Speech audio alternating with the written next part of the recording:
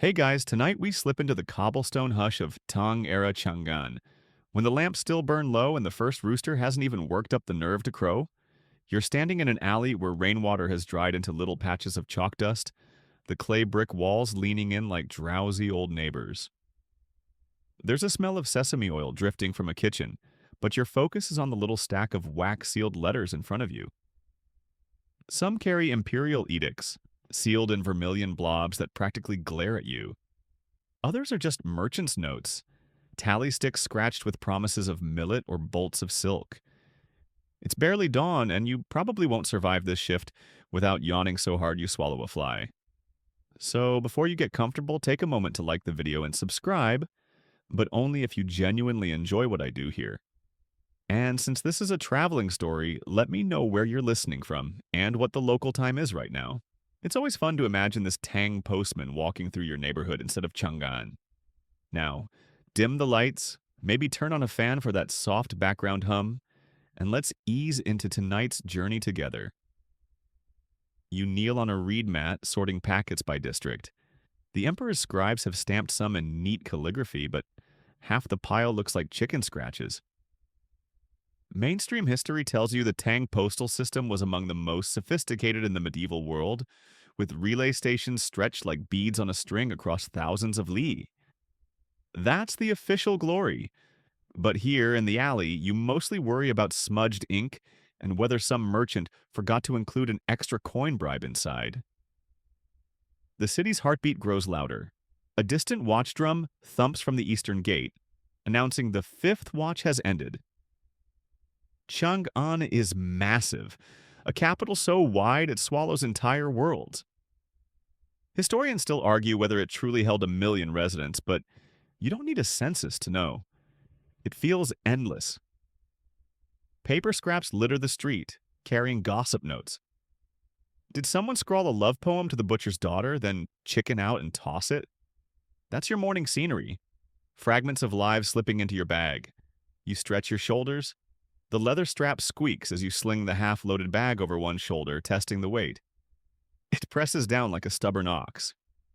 You mutter a joke to yourself. If anyone asks how many scrolls you carry, you'll just say, "Enough to make me shorter by sunset."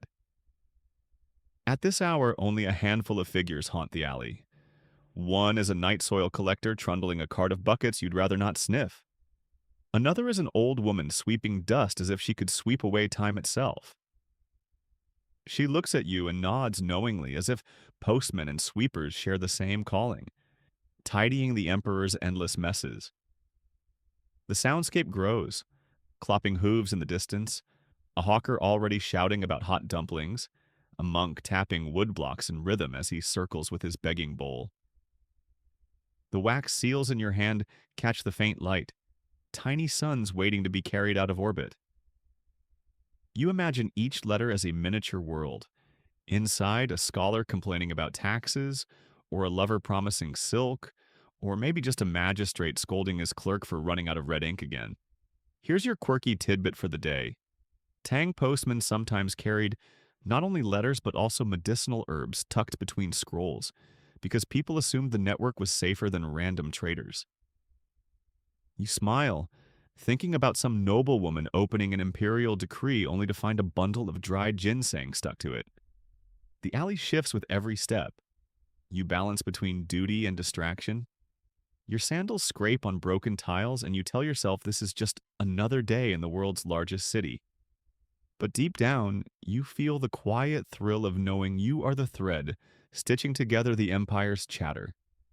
Letters, orders, jokes, gossip, they all rely on your early morning trudge through dim alleys. The wax seals in your pouch thump lightly, a heartbeat echoing against your ribs. You draw in the chilly dawn air, let your breath cloud in front of you, and press forward. Chang'an hasn't quite woken, but you already carry its stories on your back. The day of the Tang postman has begun, and you're right at the center of it, step by careful step. The strap bites deeper as you lift the full mailbag into place, the creaking leather sounding like an old man sighing at his morning chores. You adjust it across your shoulder, testing which angle distributes the weight best. No matter what, it feels like strapping on a stubborn ox that refuses to move. You wiggle a bit, muttering under your breath, maybe the Tang Dynasty should have invented ergonomic backpacks instead of gunpowder. Inside the bag, the contents jostle: bamboo tallies inked with debts, silk-wrapped scrolls sealed in red, a few folded notes with more love poetry than useful numbers. Each packet carries someone's world. The mainstream history lesson here is that Tang postmen often transported not only letters but tax records, military orders, and census reports. In other words, you carry a kingdom's nervous system on your shoulder. But here's the fringe tidbit. Some postmen padded their bags with gossip sheets scribbled by idle scholars, tiny newsletters with snarky calligraphy about which official had the most scandalous beard. They weren't official, but they traveled just as fast. You tug the strap tighter, testing the buckles. The leather, cured with walnut oil, squeaks faintly, and you're reminded of the endless repairs. Courier bags weren't magical artifacts. They tore, molded, stretched. You picture a row of postmen in some workshop pretending to debate poetry while really complaining about whose bag smelled most like wet donkey. Historians still argue whether postal staff were issued standard equipment or had to commission their own. Whatever the truth, you know your shoulders ache the same either way. In the half-light, you check your list again. Little wax blobs catch the glow, each color meaning something. Black for routine, red for urgent, yellow for ceremonial. Red makes you nervous. It looks too much like blood when cracked. You joke silently. If I drop this, someone will accuse me of spilling the Emperor's secrets like soy sauce. Around you, the alley begins to stir. A sleepy child drags a broom across the dirt floor of his family's doorway, chasing hens that scatter like punctuation marks. A potter sets his wheel on a plank and starts thumping clay, the sound a steady drumbeat matching your pulse. Every sensory detail presses itself into memory. The tang of smoke from damp wood, the faint perfume of chrysanthemum tea being boiled in some hidden courtyard, the scratch of your own sandals against stone. The bag shifts with your movement, heavy enough that each step feels like committing to a contract. You imagine yourself as a walking archive, one that could topple if the straps snap. The weight isn't just physical, it's also absurdly comical. You mutter, "One day I'll open this bag and find it full of bricks, just to test if I'm paying attention." Past the gates of the postal courtyard, a few fellow couriers shuffle about, adjusting their own loads. One sneezes into his sleeve and groans, "The scrolls are heavier in winter." You laugh because it feels true. Paper, after all, absorbs damp air until it's practically soup. You slap your own bag and reply, "Then pray for drought, friend." A rooster crows somewhere far off, late but insistent, as if announcing that the Empire has finally decided to wake. You grip the strap once more, feeling the bite against your palm, and take a long breath. The bag hugs you like an unamused partner in a three-legged race. And so you step out, adjusted, strapped, prepared, carrying both the serious weight of history and the ridiculous trivia of daily life. The straps creak again, but this time they sound less like complaint and more like agreement. You and the mailbag are in this together, mile after mile. You shuffle through the morning haze, and the first mile outside the city gate stretches before you like a lazy scroll unrolling. The massive wooden doors of Chang'an's eastern gate groan as they open, tall enough to make you feel like a beetle under the Emperor's boot. Guards lean on their spears, yawning so wide you're afraid one might swallow his helmet. Their job is to look intimidating, but at dawn they just look like men in need of porridge. Your sandals slap the packed earth road, and immediately the world shifts from city murmur to open air. Vendors have already staked out spots near the gate. A woman ladles steaming millet porridge into chipped bowls, the steam curling upward like half-written poems. You smell salted plums, scallion pancakes sizzling on iron griddles, and, if you're unlucky, the unmistakable whiff of fermented bean paste bubbling in clay crocks. History textbooks proudly note that Tang markets were marvels of regulation, strictly timed and monitored. But the quirky truth is, here on the roadside, Everyone cheats a little, setting up before the gong strikes, hoping sleepy travelers like you will cave and buy breakfast. Your bag bounces at your side. The straps squeal again, and you mutter, "Shh, we haven't even made it past the porridge yet." A mule train clatters past, hooves sparking on stones, bells jingling from their necks. Merchants shout at one another, haggling over silk weights as though volume alone changes the math. You slip between them, ducking around a bale of raw cotton, and wonder if anyone ever wrote love letters on this very fiber once it was woven smooth. The guards barely glance at you, just another courier fading into distance. Still, you can't help but notice one guard fiddling with his beard, twisting it like a scholar lost in thought. You imagine his inner monologue. Should I grow it longer, or does it make me look like a broom? Historians still argue whether Tang fashion favored neat beards or wild ones, but for now the man just looks undecided. A breeze tugs your sleeves. The road curves past a shallow ditch filled with rainwater reflecting dawn like a cracked bronze mirror. A frog croaks from somewhere unseen, the sound oddly triumphant, as if announcing that you, lowly postman, are important enough to deserve fanfare. You chuckle thinking, well, at least someone's cheering. Your stomach growls at the porridge stall behind you. The millet scent clings, tempting, but your bag is heavy with deadlines sealed in wax. You picture some magistrate already tapping his desk, muttering about tardy couriers. The empire runs on timeliness, or so the scholars insist. Of course, you could argue it mostly runs on rice, gossip, and the occasional nap. You adjust your stride, careful to avoid a puddle, but splash anyway. Mud freckles your hem, and you sigh. The Tang road system, an engineering marvel, is still basically dirt in the rainy season. Textbooks celebrate how these roads linked provinces like arteries, but you're the one slogging through their clogged veins. Another joke surfaces. If the empire collapses, it won't be barbarians. It'll be wet shoes. Up ahead, a farmer balances baskets of turnips across his shoulders, humming tunelessly. He nods to you, a silent acknowledgement between two beasts of burden.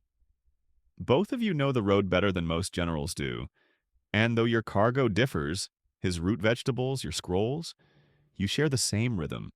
Step, sway, breathe, endure. The first mile stretches behind you now. The porridge vendors fade into a blur, the city walls shrink, and all that's left is road, dust, and you carrying the whispered weight of countless voices. You tug at the strap again, grin to yourself, and keep walking into the day. Stone replaces mud under your steps, and the road suddenly feels polite. The bridge ahead lifts its arched back over a greenish river, a spine of fitted blocks whose seams are as tight as a miser's fist.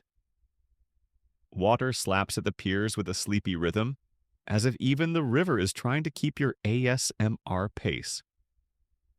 Your bag bumps against your hip. Remember that squeaky strap? It voices another opinion about gravity, and you steer toward the middle, where mule trains already clatter, iron shoes striking stone like a blacksmith's metronome. You ease into the flow. 2 mules pass, tails swatting in perfect counterpoint, their handler clicking his tongue in a dialect you only half understand. He raises a hand in greeting without breaking stride, the universal muleteer hello. The bells on their tack answer for him, each jingle a tiny coin tossed into the morning. Mainstream fact to keep your brain proud of itself. By Tang times, large stone spans and countless smaller bridges lace the post roads, binding river valleys to mountain passes. Engineers had already learned clever tricks, segmental arches, drainage spouts, flood cutouts, that turned heavy stone into airy skeletons. Somewhere to the northeast stands a famous arch from the previous dynasty that survives into your age, proof that careful geometry outlives emperors and the loudest tax collectors. You slow behind a caravan stalled at midspan. The trouble is not hoof or wheel, it's opinion. 2 silk merchants are locked in debate over weight. One swears his bolts measure honest gin. The other insists the steel yard has been greased, literally with sesame oil. A tax scribe, roped reluctantly into arbitration, squints at his bamboo slips like a man reading tea leaves. Regulations are clear, he intones in the tone of every bureaucrat ever born. Then, in a whisper you're not supposed to hear, he asks, "Wait, which regulation?" Historians still argue whether market supervision on the ground match the elegant codes written at court, but out here on this bridge, it's mostly voices and eyebrows doing the heavy lifting. You inch past, offering the scribe a sympathetic nod that says, "Brother, I deliver the arguments. I don't solve them." He pretends not to see your smile. The merchants, meanwhile, deploy philosophy. One claims weight depends on humidity. Silk drinks the river air. The other argues for moral gravity. Honest goods weigh less on the conscience. You consider starting a little roadside podcast called Overheard on Bridges, but you remember you already host a long-running show called Carrying Everything and Getting Nowhere Fast. Light joke count, 1. Midspan brings its own microclimate. The breeze rises cool from the water, tugging your sleeves, lifting the wisps of your hair.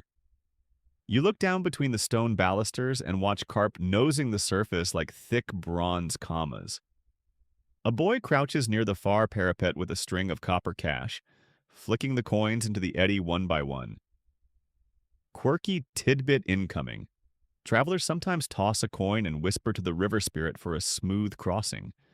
The boy adds extra coins when leading animals, insisting the fish must count the feet and approve the math. You don't know if the river god finished school, but the ritual has a pleasant sound, plink by plink, like a lullaby played on a cheap xylophone. On the near side, 2 stone lions guard the approach, moss tufts fringing their paws. Their noses shine from fingers rubbed there by exam candidates and jittery grooms. You pause a heartbeat to press your thumb to 1.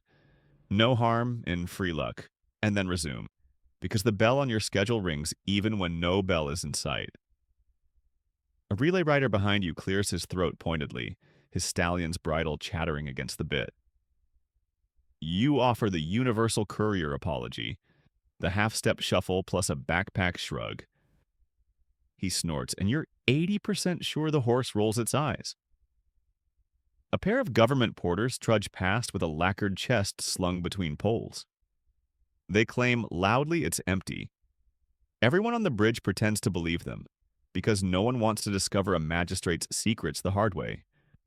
A constable standing at the far head counts carts with an abacus, sliding beads like a man sawing a tiny invisible log. Toll, tax, inspection, call it what you want. The Tang Code liked things official. Village tolls like to exist anyway. Historians still argue whether minor crossings charged by custom, by season, or by the mood of whoever held the rope that morning. Today the rope is down, but the constable, perhaps dazed by arithmetic, waves you through when he sees the red-sealed packet peeking from your bag. Perks of carrying trouble. You angle aside as a pilgrim group approaches, bamboo hats bobbing like drifting tubs. They sing low and the tune folds into the river breeze until it's all one sound. A woman in the group taps the bridge railing 3 times with a peachwood stick to ward off mischief. You approve the impulse. Mischief loves heights and audiences. Your foot catches on a shallow dent where countless wheels have chewed the stone, and you flail for balance, bag swinging. Joke number 2. You give the dignified little hop that says, "Yes, I meant to dance on this famous public monument." A mule snickers.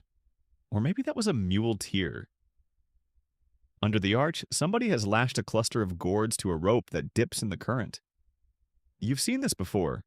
River folk swear that cool, slowly moving water sweetens whatever's inside.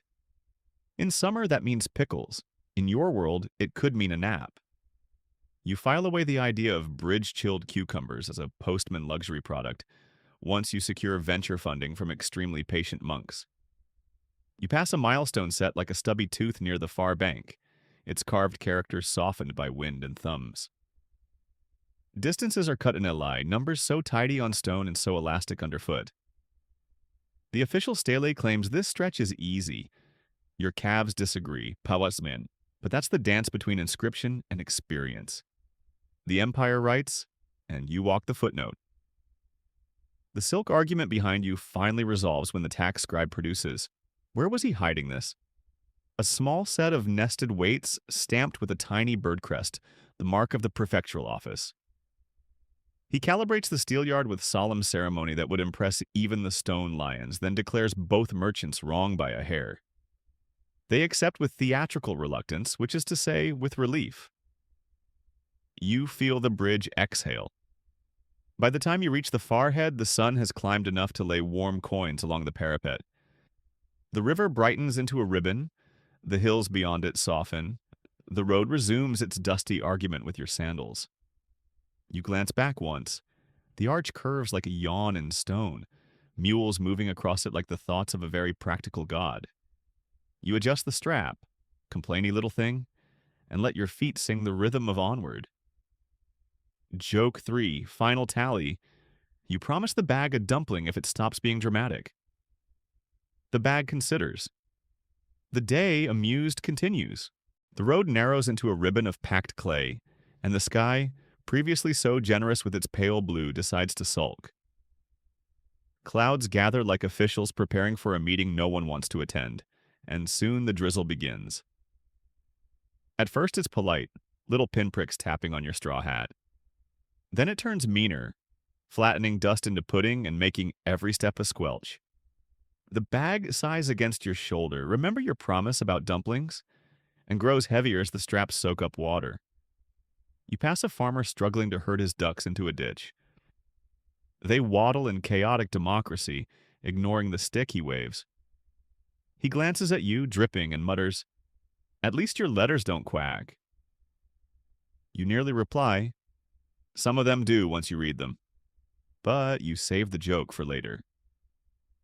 The mainstream fact to hold on to: Tang couriers were expected to ride in almost any weather.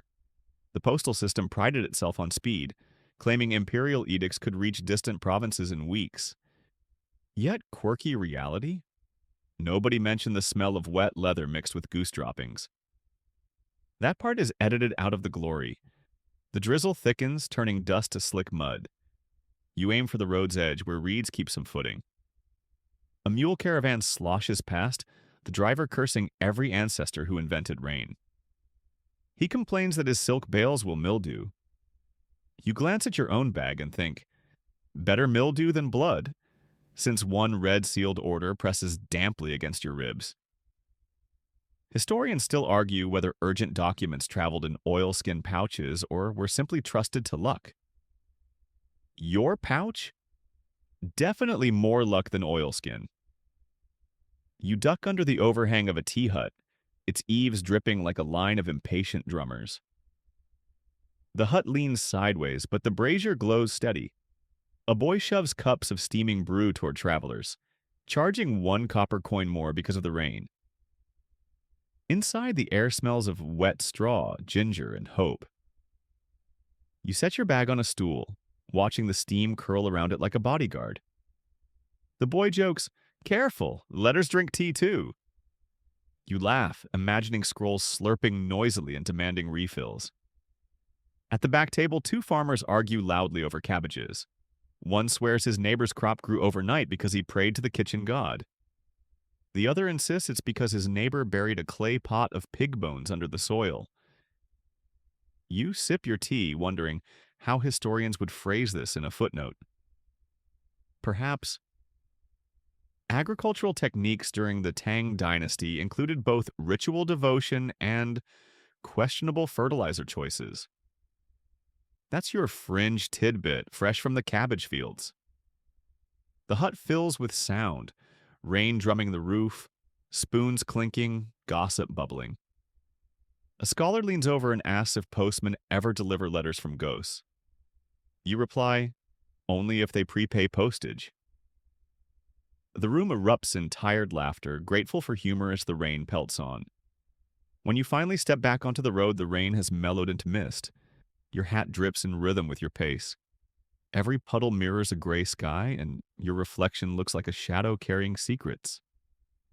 You sigh, knowing the mud will cling to your sandals for miles, but your letters survive, warm and dry inside the stubborn bag, and that feels like a victory worth squelching for. By late morning, the drizzle has faded into thin mist, the kind that clings to your sleeves like a needy cat.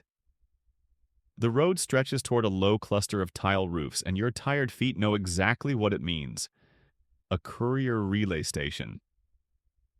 Relief wears the shape of wooden gates, ink-stained clerks, and the promise of a fresh horse. You pat your bag like it's an old friend. "We made it," you whisper, as if the scrolls inside needed reassurance. The station isn't fancy. No palace grandeur, just mud brick walls, a yard packed with hoofprints, and a smell that blends horse sweat with cabbage stew. But to you, it's paradise. Mainstream fact here: Tang China built a web of official post stations, often spaced about 30 li apart, with fresh animals and clerks keeping records. It was the empire's circulatory system pulsing with orders and news. The quirky tidbit? These stations doubled as gossip hubs, where clerks gorged on stories as hungrily as horses gorged on grain. You could almost say the empire's bloodstream carried just as much rumor as it did law. A clerk squints at your bag, his brush hovering over a bamboo tally slip. He asks for the chop marks, the official stamps burned into little wooden tags that track the letter's journey. You dig into your pouch and slap them down. He frowns. "Missing one." You frown back. "Check again." The two of you lock eyes like poker players bluffing with wooden coins. Historians still argue whether Tang bureaucracy ran smoothly or resembled a circus. In this moment, you're voting circus. Eventually he sighs, waves you through, and scratches the record anyway. "Don't let it happen again," he mutters, though both of you know it will. A stable hand leads out a horse, ribs showing but eyes alert. You trade your tired mule for this new partner, stroking its mane in gratitude. Joke number 1. You whisper, "Don't worry, I only weigh half as much as the Empire's paperwork." The horse snorts, which you optimistically take as agreement. Inside the common room, other couriers crowd benches. One brags about outrunning a thunderstorm. Another swears he saw a fox spirit stealing dumplings from the kitchen. A third insists he's delivered the same love letter to 3 different women in 3 different towns, each signed by the same lovesick scholar. The room bursts into laughter and you shake your head. If letters could blush, half your bag would glow redder than imperial seals. The cook ladles out millet gruel so thick it could patch a roof. You down a bowl in 3 gulps, ignoring the burnt aftertaste. Warmth seeps back into your limbs, though your bag waits by the door, reminding you duty doesn't nap long. Joke number 2 slips out as you eye the stew pot. "I think the cabbage from that farmer's miracle field ended up here." When the stable hand finally signals, you swing into the saddle, bag secure, straps grumbling. The clerk yawns, waves half-heartedly, and the gate creaks open. Outside, the road awaits like an unfinished sentence. Behind you, the gossip resumes. Ahead, mountains swell on the horizon, veiled in gauze-like mist. You grip the reins, whisper one last encouragement to the horse, and ride on, leaving the station's chaos fading into the drizzle-softened air. The land begins to tilt, and soon the road climbs into folds of mountains draped in morning mist. The air sharpens as you rise, carrying the scent of pine needles crushed under hooves and the faint tang of damp stone. Your new horse snorts at the incline, as if protesting. "You said this job was flat." You pat its neck. "Blame the Empire, not me." The bag shifts behind you, straps creaking their chorus, reminding you that scrolls weigh the same whether you're on a plane or halfway up a cliff. The mountain path narrows, curling along ridges like a ribbon tossed carelessly across peaks. Below, terraces step down toward valleys, green patches quilted with young rice shoots that glisten under the thin sun. Mainstream history fact: the Tang Dynasty invested heavily in maintaining mountain passes, cutting roads through treacherous terrain to keep provinces tethered to Chang'an. But a quirky detail? Alongside the Empire's engineering, locals carved shrines into cliff faces, leaving tiny stone Buddhas perched like sleepy guardians. Every courier who passes nods at them, just in case the gods keep ledgers of politeness. You hear it before you see it, a flute tune rising from somewhere above, drifting like smoke through the fog. The notes are oddly cheerful, a song about spring or wine, completely at odds with your sore calves and your horse's wheezing. You glance up to find a shepherd leaning on a staff, his goats scattered across the slope like badly arranged punctuation. He waves lazily, flute dangling, and you wave back, secretly jealous that his only cargo bleats instead of demands signatures. Halfway up, the mist thickens, curling around trees like silk scarves. Your hat grows damp, your sleeves cling, and the bag seems to swell with humidity. You mutter to yourself, joke number one, if one letter dissolves into soup, I'll just claim it was a recipe. The horse flicks its ear as though unimpressed. Rumors travel faster than riders in these hills. At the next bend, a woodcutter warns you of bandits lurking near the pass. He claims they ride at night, their faces painted black, their blades catching moonlight.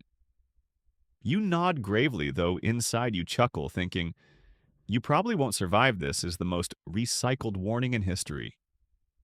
Historians still argue whether Tang mountain passes were truly infested with brigands or if tales grew larger in taverns than on roads. Either way, your heart beats faster, every rustling leaf suddenly suspicious. The climb grows steeper. Sweat beads your forehead, sliding into your eyebrows, salty and annoying. You distract yourself by studying the little shrines again. Someone has left an orange on a flat stone, a bright spot against gray rock. Another shrine holds only a burnt-out candle stub. You murmur thanks anyway. Gods, like postal clerks, are more patient if you acknowledge them. At last you crest the pass. The valley beyond spreads wide, clouds snagged on its rim like cotton caught on nails. The flute music drifts faintly still, echoing in memory more than air. Your horse stamps, eager to descend, but you pause a moment, breathing thin, cool wind. Joke number two. You tell the bag, we made it to the top, your turn to carry me now. The bag stays silent, smug. You start down the slope, hooves crunching gravel, mist thinning into daylight. Somewhere far below, farmers shout, dogs bark, life continues.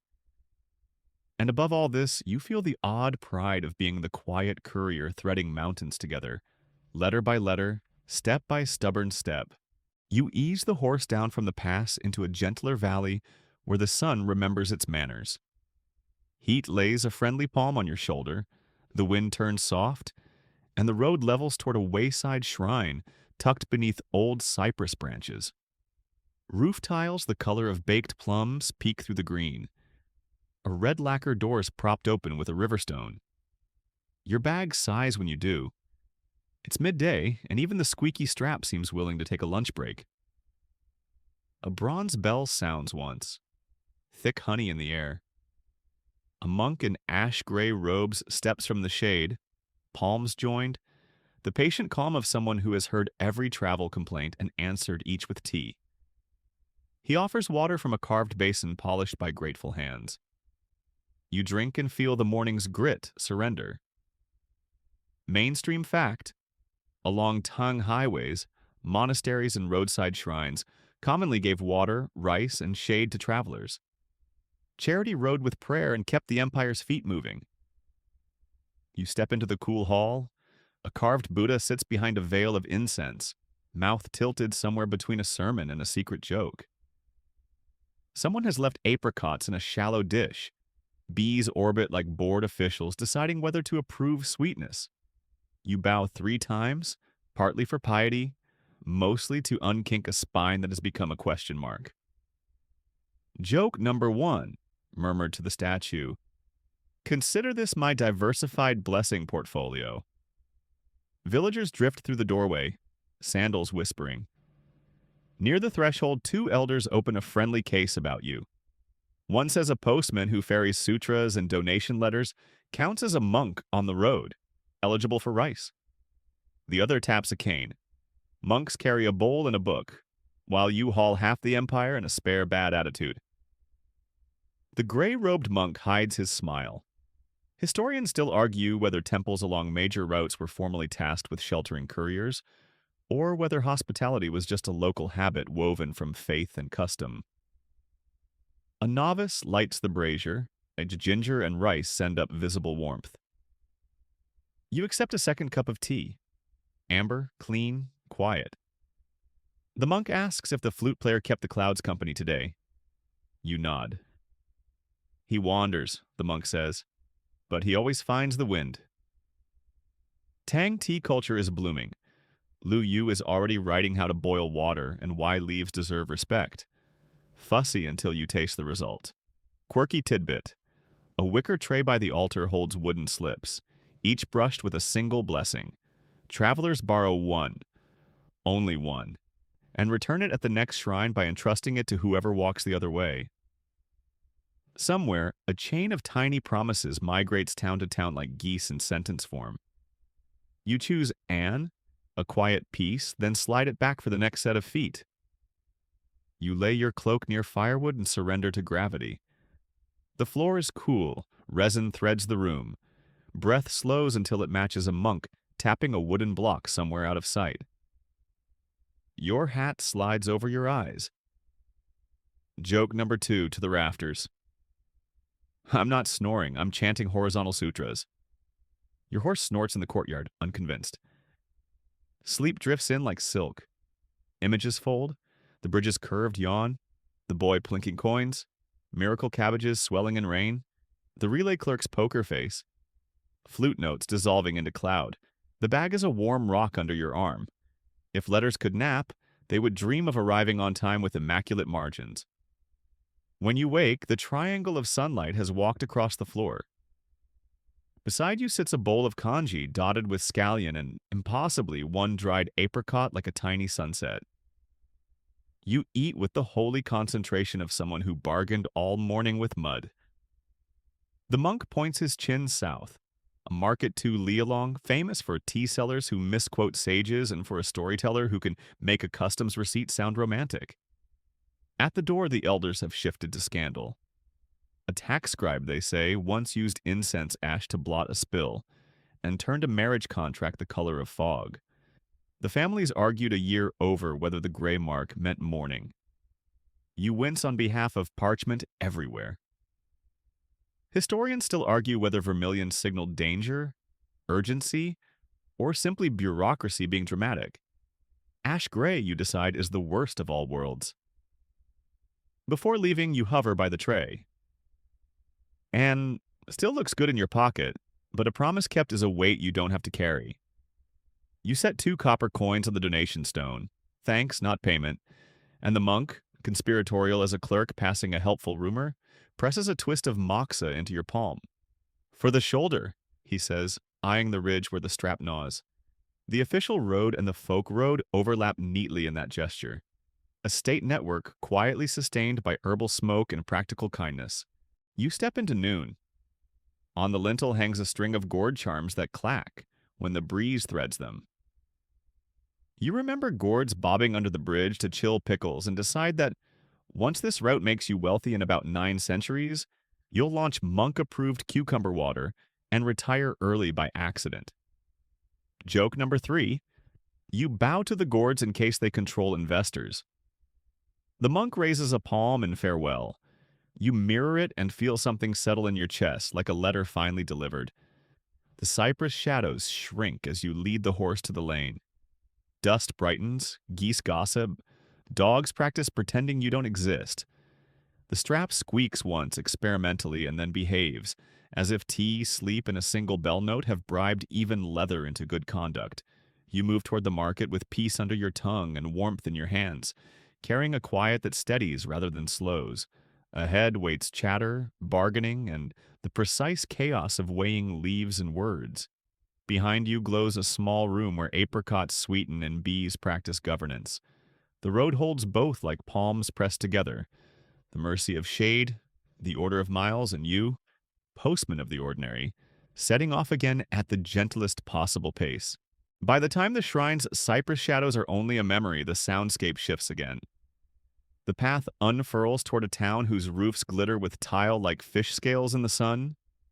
Voices rise before you even see the gate. Hawkers chanting about sesame oil, donkeys protesting their workload, children squealing over kites stitched from reed and paper. Your horse perks its ears.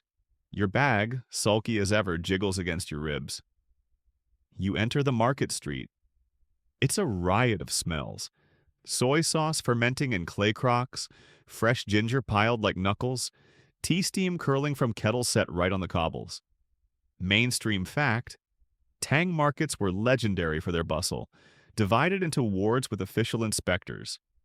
But the quirky side?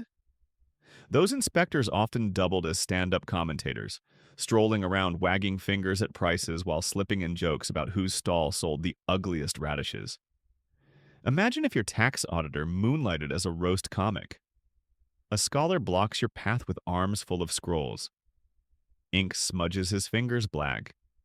He corners a tea seller demanding proof that the true method of brewing requires mountain spring water stirred in one direction only. The tea seller smirks, tosses in a handful of salt, and declares the scholar's palate too delicate for common life. They argue, voices rising, customers leaning in for free entertainment. Historians still argue whether Tang tea was meant to be whisked, steeped, or boiled with flavorings.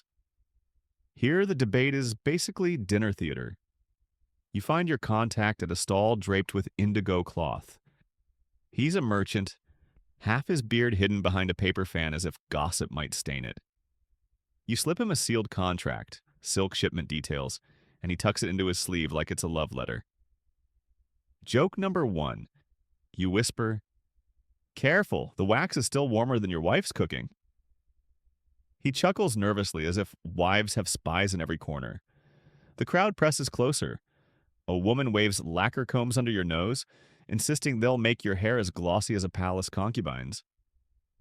You decline. The bag already tugs enough on your shoulders without glamour. Beside her, a fortune teller squats by a cage of crickets, claiming their chirps predict tax increases.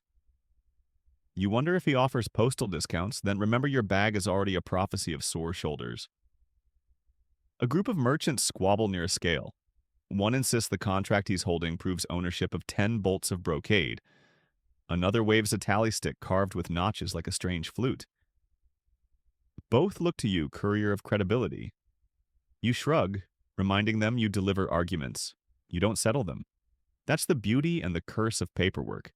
It multiplies quarrels like rabbits in spring. Quirky tidbit: in some Tang towns, marketplaces had announcement boards where postmen or clerks pinned public notices. You wander past one here, reading scraps, a missing dog reward, a warning about counterfeit coins, and, your favorite, a poem mocking a tax collector's handwriting. You grin, imagining the taxman practicing calligraphy in secret shame. You pause for a bowl of tea. The vendor tosses in orange peel, creating a scent that punches through the market funk. You sip carefully, burning your tongue, and mutter, "Joke number 2. Nothing says relaxation like scalding your mouth with boiling leaves." The vendor bows dramatically as if you've praised him. Through the throng, children chase a hoop, nearly tripping over your horse's hooves. A potter slams his wheel nearby, clay spinning like a planet forming. A singer plucks a lute, filling the air with melancholy about a lover lost to the Yellow River. The market becomes a tapestry woven from smells, sounds, and elbows.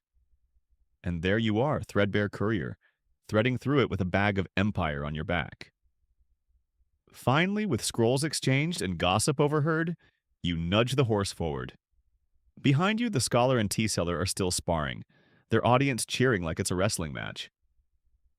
You chuckle, pat your bag, and think, at least my arguments don't need refills of boiling water. Joke number 3 lands on your lips just as the road resumes. Some letters may change lives, but none ever settled the price of cabbage. The town fades into dust and distance, yet the chatter clings to you. Letters delivered, voices recorded, arguments carried onward. That's the market's gift. A reminder that history is never silent, not even for Postman. The road flattens into a broad plain, and your horse's hooves beat a steady drum roll. The bag presses tighter against your ribs now, its weight a little more serious, a little more dangerous, because today you carry imperial messages sealed in red. Vermilion wax glows like tiny suns, each stamp pressed with the authority of the Son of Heaven. One packet in particular feels heavy, even though it's just paper. The seal itself radiates the kind of urgency that makes couriers sit up straighter. Mainstream fact: Tang officials relied heavily on vermilion ink and seals. A crimson mark on a document could signal imperial orders, promotions, or punishments. But the exact meaning is slippery. Historians still argue whether red ink was always about urgency, or sometimes just about ceremony, or sometimes simply because some official spilled his cinnabar bottle and pretended it was deliberate. Out here on the road, though, a red seal means one thing: don't drop it, don't smudge it, don't even sneeze near it. The memory of a clerk's warning echoes in your mind. Handle vermilion as if it were fire. That was probably good advice. You think about testing it anyway, whispering to the seal, "You're just a blob of powder and glue, aren't you?" Joke number one, whispered under your breath, but the bag answers with silence, which feels scarier than laughter. The countryside spreads wide.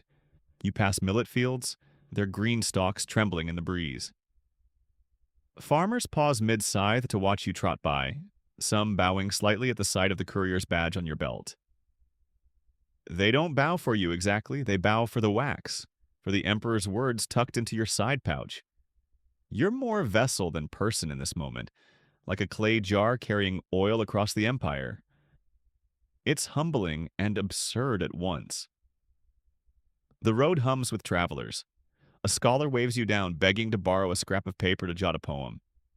You shake your head. Imperial couriers don't carry stationery for muses on the roadside. He sighs dramatically, as if history itself just betrayed him. Quirky tidbit. Some Tang poets were notorious for pestering postmen, handing them verses in hopes they'd spread like wildfire. You imagine your bag filled not with orders, but with bad love poems, leaking metaphors all over the road. At a shallow ford, you pause to water the horse. The riverbed stones glint, minnows flicker. Your reflection wavers with the weight of duty.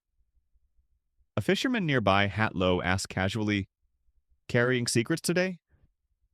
You smile without answering. The fisherman winks and adds, "Don't let the fish read them." Joke number two. You promise the fish you'll only deliver them if they can pay postage in scales. Back on the road, a dust storm teases the horizon, rolling like a yellow curtain. You tug your scarf higher, covering nose and mouth, pressing the bag tighter. Inside, the red-sealed packets thump like anxious hearts. The empire rests on ink and speed, and today you're the artery that can't afford to clot. As the storm passes, you notice roadside milestones again, numbers carved in neat characters. They promise distance measured, order maintained, certainty in stone. But you know reality. Horses tire, straps fray, and sometimes the ink runs before you arrive. That gap between inscription and experience, that's where you live. Historians still argue whether the Tang system was flawless or fragile. You already know the truth. Lies in the mud on your boots and the way your horse's breath fogs the air. The system isn't flawless or fragile. It's both, depending on whether the courier stays upright. Right now, upright is all you can manage. The plain stretches endless, and you fall into a rhythm. Hoofbeats, heartbeat, bag thump. The seals burn like coals in your pouch, reminding you of the weight of words. You wonder what they actually say. Are they troop orders, promotions, tax decrees, a love letter disguised as state business? Joke number 3 slips out under your breath. Imagine if this were just the emperor telling someone to water his peonies. You resist the urge to peek. Regulations are strict. Open a red-sealed letter without permission, and you might as well dig your own grave. Yet the temptation gnaws. It's the same curiosity that makes you lean toward tavern gossip or pause at shrine blessings. Words want to be read, and you're the one forced to ignore them. By afternoon, the sun presses hard against your back, flattening shadows. Sweat beads on your temples, trickles down, catches in your collar. You tug the strap tighter, whispering encouragement to both horse and bag. Almost there, friends. The prefect will unwrap you like dumplings, and I'll be free. A rider passes at speed, dust spiraling. Another courier, his badge flashing in the sun. He nods curtly, but doesn't slow. His load heavier or lighter, who knows? Out here, couriers share the same silence, each a moving vein pumping the lifeblood of empire. When the road dips into a grove of willows, you finally exhale.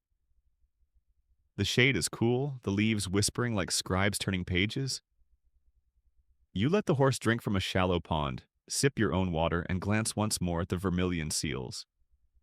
They gleam like tiny eyes, unblinking, daring you onward. The road waits, and you answer, nudging the horse forward. Somewhere ahead, a prefect's yamen holds desks stacked with inkstones, clerks waiting like hungry crows, and one empty space on a record tablet where your delivery must land. For now, though, it's just you, your creaking strap, and the Empire's heartbeat sealed in red. By twilight, the plain has turned gold, and the road hums with softer voices. Lanterns flicker in the distance, promising food, warmth, and the illusion of comfort. You lead your horse toward a tavern squatting at the crossroads, its sign creaking with every sigh of wind. Inside, the air is thick with smoke, fried scallion pancakes, and a chorus of voices competing for dominance. You squeeze onto a bench, bag tucked firmly against your hip. Because letters don't get to drink, the innkeeper slams down a cup of thin rice wine. You swirl it, watching the pale liquid catch the lamplight and mutter, "Joke number one." Finally, a drink as weak as my shoulder muscles. The stranger across the table snorts, raising his own cup in solidarity. Carpenters dominate the room tonight, their hands still chalky with sawdust. One leans forward, eyes wide, retelling how a courier once outran a ghost across the northern plains. The ghost, he swears, galloped in silence, no hooves, just a drifting lantern face bobbing behind the rider. The punchline: the courier threw his bag at it, and the ghost fled in terror, unable to handle paperwork. The tavern erupts in laughter. Mainstream fact slips through. The Tang Postal Service employed relays fast enough that some dispatches traveled nearly 400 kilometers in a day. No ghosts required. But quirky tidbit? Travelers swore spirits haunted lonely stretches, and sometimes ghost fires were just swamp gas, flickering like lanterns across the marsh. Historians still argue whether postmen spread these tales as warnings or as excuses for being late. Either way, they make good tavern theater. You sip again, the wine warming your chest like a candle guttering low. A lute player plucks a slow tune, half romantic ballad, half lullaby. Your eyelids droop, but the chatter keeps you tethered. One carpenter insists that couriers grow taller from carrying messages, their spines lengthened by secrets. Another replies that couriers shrink, hunched from gossip's weight. Both look to you. You raise a brow and say, "Depends on whether the scrolls are poetry or tax forms." Joke number two lands perfectly. The room howls. The tavern smells of pepper oil, damp cloaks, and ambition. Merchants argue about caravan routes, scholars about rhyme schemes, farmers about weather, and you, quiet in your corner, deliver nothing but smiles, knowing your real job is still thumping in wax against your ribs. When the tavern grows louder, you slip outside. Night has arrived in full, stars sprinkling the sky like punctuation on an unfinished letter. The horse stamps impatiently, breath fogging. You pat its flank, whispering, "Almost done." The road gleams ahead, pale under moonlight, inviting you back into its endless sentence. And as you mount, bag secure once more, the tavern laughter fades into the background hum. Joke number three, whispered into the night. At least ghosts don't demand receipts. By twilight, the plain has turned gold, and the road hums with softer voices. Lanterns flicker in the distance, promising food, warmth, and the illusion of comfort. You lead your horse toward a tavern squatting at the crossroads, its sign creaking with every sigh of wind. Inside, the air is thick with smoke, fried scallion pancakes, and a chorus of voices competing for dominance. You squeeze onto a bench, bag tucked firmly against your hip. Because letters don't get to drink, the innkeeper slams down a cup of thin rice wine. You swirl it, watching the pale liquid catch the lamplight and mutter, "Joke number one." Finally, a drink as weak as my shoulder muscles. The stranger across the table snorts, raising his own cup in solidarity. Carpenters dominate the room tonight, their hands still chalky with sawdust. One leans forward, eyes wide, retelling how a courier once outran a ghost across the northern plains. The ghost, he swears, galloped in silence, no hooves, just a drifting lantern face bobbing behind the rider. The punchline: the courier threw his bag at it, and the ghost fled in terror, unable to handle paperwork. The tavern erupts in laughter. Mainstream fact slips through. The Tang Postal Service employed relays fast enough that some dispatches traveled nearly 400 kilometers in a day. No ghosts required. But quirky tidbit? Travelers swore spirits haunted lonely stretches, and sometimes ghost fires were just swamp gas, flickering like lanterns across the marsh. Historians still argue whether postmen spread these tales as warnings or as excuses for being late. Either way, they make good tavern theater. You sip again, the wine warming your chest like a candle guttering low. A lute player plucks a slow tune, half romantic ballad, half lullaby. Your eyelids droop, but the chatter keeps you tethered. One carpenter insists that couriers grow taller from carrying messages, their spines lengthened by secrets. Another replies that couriers shrink, hunched from gossip's weight. Both look to you. You raise a brow and say, "Depends on whether the scrolls are poetry or tax forms." Joke number two lands perfectly. The room howls. The tavern smells of pepper oil, damp cloaks, and ambition. Merchants argue about caravan routes, scholars about rhyme schemes, farmers about weather, and you, quiet in your corner, deliver nothing but smiles, knowing your real job is still thumping in wax against your ribs. When the tavern grows louder, you slip outside. Night has arrived in full, stars sprinkling the sky like punctuation on an unfinished letter. The horse stamps impatiently, breath fogging. You pat its flank, whispering, "Almost done." The road gleams ahead, pale under moonlight, inviting you back into its endless sentence. And as you mount, bag secure once more, the tavern laughter fades into the background hum. Joke number three, whispered into the night. At least ghosts don't demand receipts. Dawn thins into pearl gray when the first tiled roofs of the prefect's yamen lift from the haze like stacked inkstones. You straighten in the saddle, pat the horse, and feel the bag lean into your ribs with that familiar, bossy weight. The gatehouse is painted the color of dried blood, a visual reminder that words here can bruise. Two wooden plaques hang crookedly beside the entrance. One with the prefect's name brush-stroked large, another with the week's announcements in a more timid hand that looks terrified of verbs.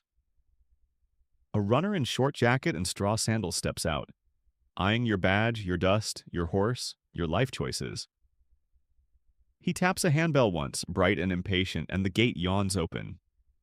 Inside, a square of swept earth, a line of sandal prints, a clatter of abacus beads from a side room, and the soft, continuous hiss of brushes on paper.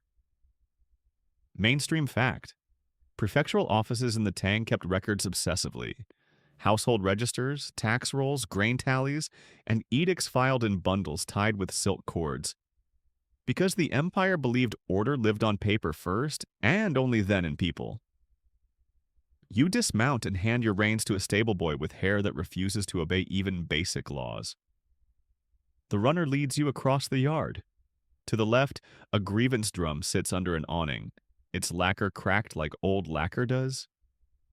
A sparrow hops along its rim as if deliberating whether to sue a cat.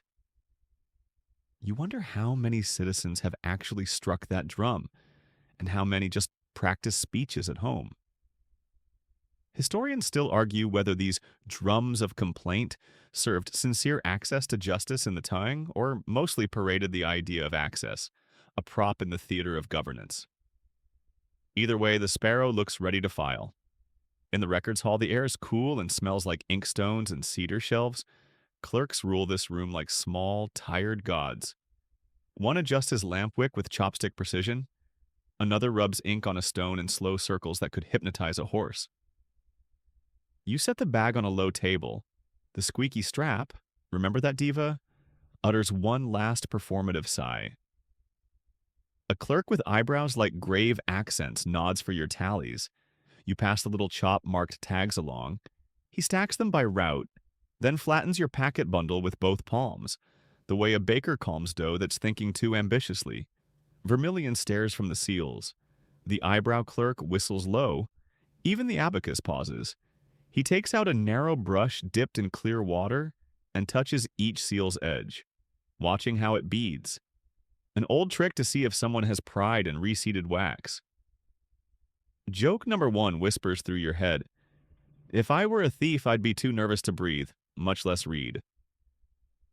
You keep a straight face while he nods, satisfied, and scratches your name and hour onto a bamboo slip. Route? Another clerk asks without looking up. You recite milestones and relay stops as if singing a lullaby you learned in a past life. The bridge with the coin-tossing boy, the tea hut that taxes rain, the station with cabbage stew optimism, the pass with stone Buddhas and flute. A third clerk glances over, amused. We have the same itinerary, he says, minus the flute. You salute with 2 fingers. Add it to the archive, you suggest.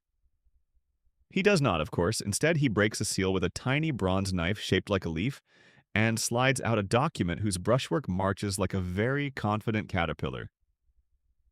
He reads in silence, then passes it to a higher desk where a scribe copies it onto a register. Mainstream fact again, duplication was the hedge against fire, loss, worms, and human folly. Dispatches often copied into ledgers before moving along, so orders could be proven, even if the road later ate them. Quirky tidbit. Some clerks dusted their fingers with powdered alum, so pages wouldn't stick. Others swore by a pinch of rice flour, and you once met a man who insisted earwax was traditional and immediately regretted telling you. You have never opened a letter more carefully in your life. The office murmurs like a beehive that passed a civil exam. A runner trots in with a tray of tea, cups so thin you can see light winnow through the porcelain. He sets one by your elbow, charity for the dusty vein of the state. You sip and try not to burn your tongue again. Market lesson noted, but fail. Joke number 2, muttered at the cup. We have boiled water, we have bureaucracy. What we lack is patience. The tea forgives you nothing and everything. A clerk stamps your route slip with a neat square seal. Delivered, copied, recorded. Someone else's problem now. Beyond the lattice window, petitioners wait under the eaves. A widow with a bundle of documents tied in blue. A farmer holding a broken plow blade as Exhibit A. 2 brothers who stand too close to be on good terms. A drummer boy practices a soft roll on the grievance drum, then stops, then starts, like a heart deciding whether to confess. Historians still argue whether local administrations in the Tang truly heard lower status voices or mostly counted them. The room's ink-scented hush offers you no verdict. You watch the workflow turn your road's thumps into ledger lines. The red-sealed packet becomes black brush on pale paper, which becomes a copy, which becomes a summary on a smaller slip, which gets tucked under a weight shaped like a turtle. The empire eats words and produces turtles. You consider founding a rival government fueled by naps and apricots. The budget projections look excellent until you remember you have 0 turtles. The eyebrow clerk returns with your receipt tally and a string of cash. 2 coins for fodder officially. Unofficially, he pushes a small cloth packet across the table. Moxa, he says, tapping his own shoulder in sympathy. Apparently, monk medicine circulates faster than edicts. You grin, remembering the shrine's whisper gift, and tuck both packets where the strap gnaws. Joke number 3. If I keep accumulating cures, my shoulder will be promoted to prefect. The clerk almost smiles. Before you leave, the senior scribe clears his throat and asks, "How were the roads?" You think of every step: mud soup, stone bridges, coin-counting fish, miracle cabbages, flute in the fog, tea steam curling like punctuation, stars you didn't have to deliver by dawn. Passable, you say, which is courier for I survived. The letters survived, and the quiet things along the way mattered more than anyone here will write down. Outside, the sparrow abandons the grievance drum for the safer politics of a rain barrel. Your horse flicks its tail at imaginary critics. The yard smells of hay and ink and breakfast someone else is eating. A runner hands back your reins with a nod that contains gratitude, pity, and "don't be late next time." You swing up, the bag suddenly light as a rumor, emptied of commands and heavy with the aftertaste of order. As the gate lets you out, the plaques gleam briefly in the new sun. You wonder irreverently how many documents in those rooms were actually read versus ceremonially escorted into archives like elderly relatives at festivals. Historians still argue whether archival zeal preserved governance or merely preserved paper. You suspect the answer is both, and the deciding factor is always the same: a person at a desk, awake. The street beyond is already alive. Bean curd vendors whisking clouds into bowls, a dog negotiating with its fleas, a child dragging a toy cart that lists dangerously left. You nudge the horse forward, empty bag swinging like a bell that forgot its clapper. The road waits in its usual posture, patient, dusty, unbothered by verdicts. You tip 2 phantom letters from your palm into the air, one for peace, one for speed, and aim your shadow toward the hostel where wooden bunks creak and couriers swap lies that accidentally contain the truth. The Empire has taken its words. You keep the miles. The Yaman's order fades behind you, and soon the road steers you toward the courier hostel, a squat timber building patched with more repairs than a scholar's robe. Its lanterns sway, casting oblong halos on the dirt yard. You duck inside, and the air hits like a wall: boiled dumplings, unwashed socks, horse sweat, ink fumes, and the universal perfume of men who travel too far with too little soap. Beds line the walls, stacked in tiers. You claim a lower bunk, more out of laziness than strategy, and drop your bag onto the straw mattress. For once, it sighs softly, emptied, content, maybe smug. Joke number 1 mutters out of your mouth, "Congratulations, old friend. You're finally lighter than me." Around you, couriers crowd the benches. One is patching a sandal with twine. Another is scraping mildew from a bamboo slip with his fingernail. A third snores loudly on his bunk, though he insists he's just practicing flute breathing. Mainstream fact: Tang post stations often included simple lodgings for messengers, usually overcrowded with straw bedding and communal food. But here's the quirky tidbit. Writers swore these hostels had the best jokes in the Empire because exhaustion breeds comedy sharper than any brush. Someone ladles out rice gruel into cracked bowls, then adds a solitary dumpling if you flatter him. You manage a compliment about his ladle technique and earn 2 dumplings. Victory. You sit cross-legged on the floor, chewing the hot dough as another courier launches into his story. He swears the dumpling recipe once belonged to an immortal who retired to open a noodle stall. The room groans, not from disbelief, but from hearing it the 7th time this month. Historians still argue whether such tall tales reflect genuine folk belief or just couriers' boredom weaponized into mythology. Your bunkmate introduces himself as Lee, son of nobody important. He complains that his scrolls smelled like fish after being packed too close to a market stall. He scratches his head and says, maybe the Empire should hire perfumers, not couriers. You grin, countering with joke number 2. At least your scrolls can claim they're seasoned. He laughs so hard he almost chokes on his dumpling. Later, when the lamps are doused, the room is filled with creaks and sighs. A man above you scratches endlessly at what you pray is just fleas. Someone mumbles in a dream about missing seals. A rat scuttles in the rafters like a miniature courier carrying messages between crumbs. You roll onto your side, straw crackling under you, and let the chorus of snores lull you into half sleep.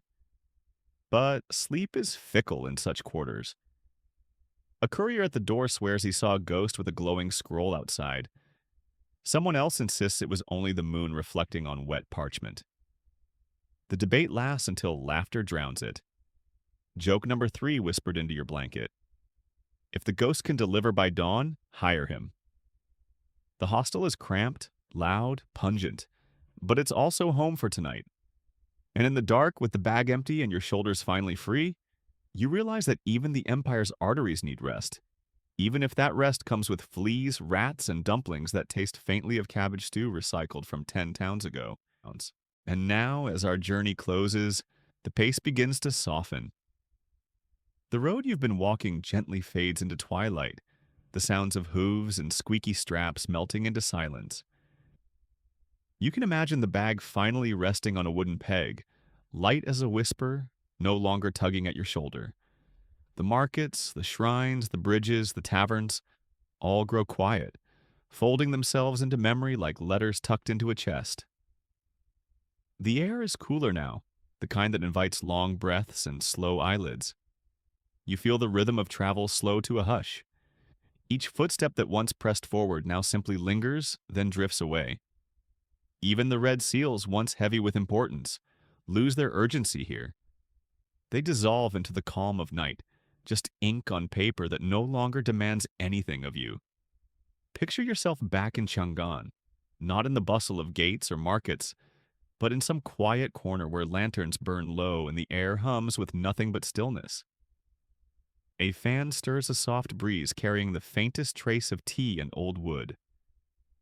You lie back, shoulders unburdened, the world of scrolls and orders slipping from your grasp. The stars above no longer insist on predictions or debates. They shine simply to soothe. Their light stretches across you, gentle, cool, unbroken. The road no longer calls. It holds you still, as if saying, rest. You've done enough. So let your breathing grow slower, your body heavier, your mind as quiet as a folded letter. The Tang postman has walked his miles, carried his burdens, and now sets them down, and you too can set yours down. Sleep, easy and steady like dust settling after a long journey,